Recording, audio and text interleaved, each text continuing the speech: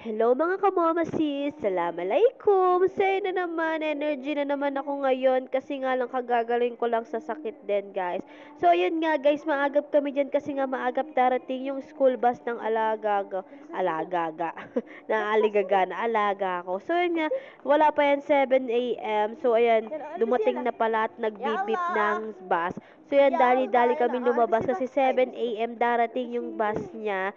So yun nga guys, pagbukas namin ng pintuan is na andyan na talaga yung school bus niya guys. So tingnan mo naman guys, oh, 'di ba? Another vlog fresh for today. So yan nga guys, yan hinatid ko nga si Seth naman is nalulungkot na naman kasi nga hindi na naman siya makakapaglaro sa labas kasi nga anong oras nang gumigising si Sened.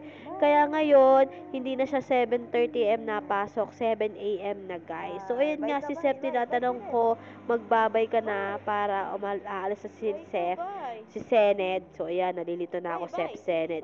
So, ayan nga, paalis na nga yan, nagbabay na siya. So, sabi ko, pasok na lang tayo sa loob at tayo ay maglilinis ng bahay.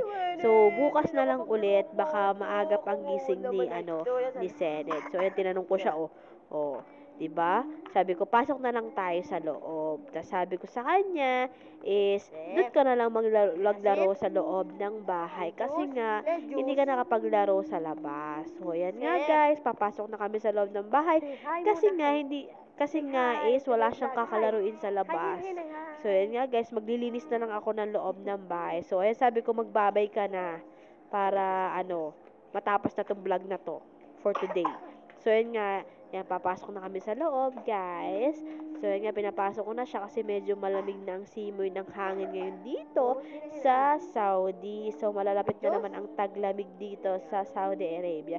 So, yun guys, vlog for today. Bye-bye!